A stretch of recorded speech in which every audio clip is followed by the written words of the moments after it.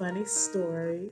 I was listening to one of my favorite YouTubers, Kelly Stamps, and I always enjoy her stories. So I say, you know what? I have some funny stories too. I've been married for almost 28 years, and trust me, you will have something hilarious happening almost every day, being for that long. But this story, it happened about 16 years ago. We have two kids. At the time, my daughter, she was about 12 years old, and our son, he was about 4. And so every Friday night, we would let them come and get in the bed with us, and we would watch a movie or talk or just, clown around. And so they really looked forward to it. However, I was the only one that was still up watching the movie because all three of them would fall asleep within about 15 minutes of the movie starting. So that night was just like any other Friday night. So as I was up watching the movie, they were asleep, and I heard this noise, this crumbling. And I would turn the TV down, and I was like, what is that? And there's no one else in the house. It's just us, and we're all in the same room. And so when I would turn the TV down, I wouldn't hear anything. And so then I would turn the TV back up. I kept watching the movie.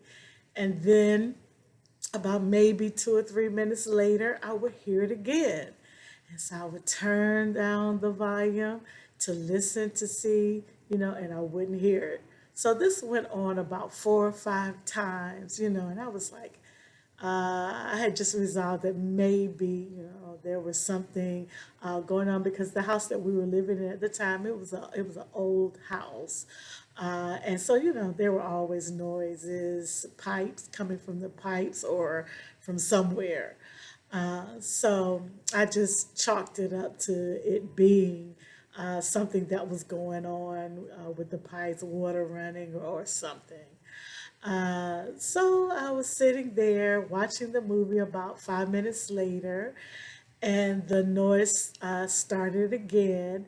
And but this time I saw something move out of the corner of my eye, and so of course, it caught my attention so much so that when I looked, I saw what was the uh, culprit of this noise, and it was a baby possum.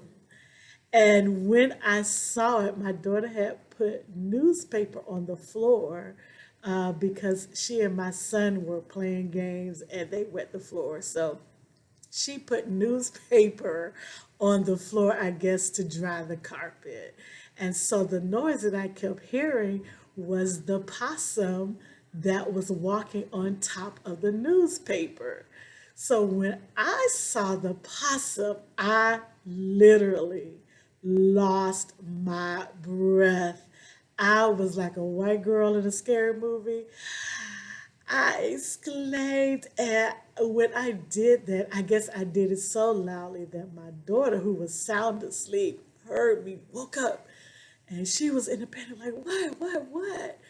And so when I finally regained my composure and was able to talk, I was like, there's a possum in the house. There's a possum in the house. And so I woke my husband up, and my husband, this is what he says: girl, you did not see a possum. So I am like, man, there is a possum in the house. But he insisted. Now, did he see it? No. Was he asleep? Yes. So he got up and he is going to prove that I am wrong. Okay, so yeah, go and prove me wrong. So my daughter and I, we're still in the bed. We're clenching each other.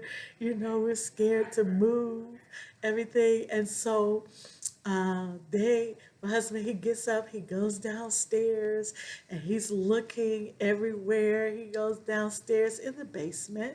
And while he was down there, he discovered that he left the back door to the basement open. Now, what is that about? So he closes the door. There's woods behind the house. So at that point, you don't know what was in the house, but he came back and he insisted that he searched everywhere. He did not find the possum. The possum obviously ran back down 2 flights of stairs, ran back down to the basement, and went back out the door. He just followed his path and he went back out. And so, my daughter and I was still, okay, but he insisted. I searched all over. I looked everywhere. The possum's not in the house. The possum's not in the house. So he was like, I don't even really believe you saw a possum anyway. Okay, so, we really didn't get much sleep that night. And by the way, my son never woke up.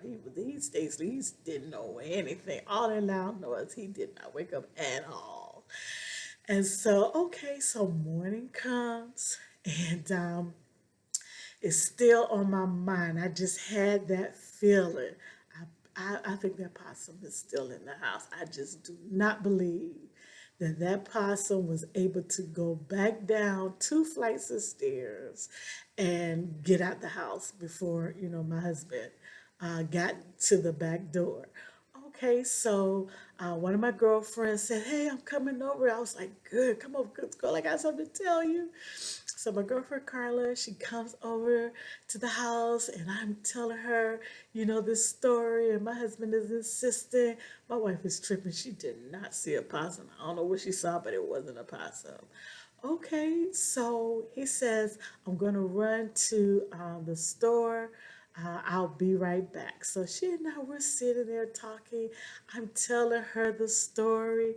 And as soon as my husband leaves the house, guess who comes out of hiding? The possum is on its way back up the stairs. By this time, I'm on the first level.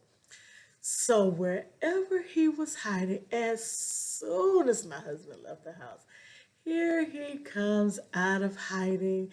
And then, of course, my girlfriend and I, now we're screaming. We're standing on top of the furniture. We're exclaiming, "Oh my God, oh my God." And so she's like, "Call the ASPCA," And so I'm like, "Oh my God." So I grab my cell phone. I'm calling, and I'll dial it 411 because who knows the number to the ASPCA? I don't have it on speed dial. And so, I finally I get the number.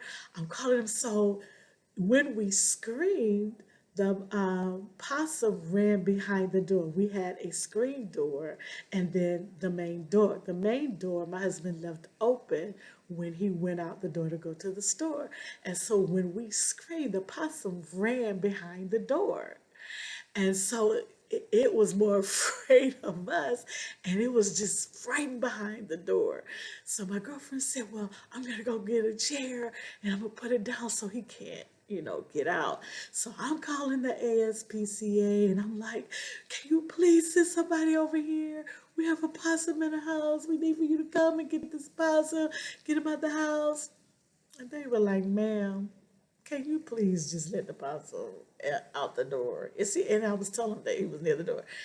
They were like, "Man, can you just open the door? It'll run out. Like, we don't have time for that. We're not coming up to your house for that. That's not an emergency." So I'm like, "Oh my God."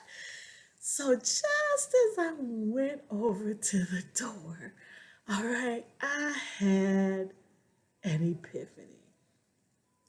If I let this possum out this house before my husband gets back, he will never believe that I was telling the truth and that I was wrong. So he would have never believed that. So at that moment, my desire to be right and to prove to him that he was wrong became greater than my fear. Yes, it did. So I said, I think I'm going to leave that possum right there. And I went and I sat down since I saw that the possum wasn't going anywhere. My girlfriend said this. So she was like, "You're not going to let the possum out the door?" I was like, "No, girl. Because I got to prove my husband wrong." So about 5 minutes later, my husband he gets back, and so he comes in through the screen door, and so of course the other door is open wide enough that he doesn't have to touch it, and so he was like, "Why is the chair all down here by the door?" And I said, "Oh yeah, we left something back there for you. You need to look and see. There's something back there that's for you." So he comes into the house and he's like looking at me. He was like, "What's wrong? What's wrong with you? Why is this chair here?" So I said, "Go ahead, look back there. Look like there's something for you." So he pulls the door and he puts it close and he looks and he sees that possum and he said, "Ah!"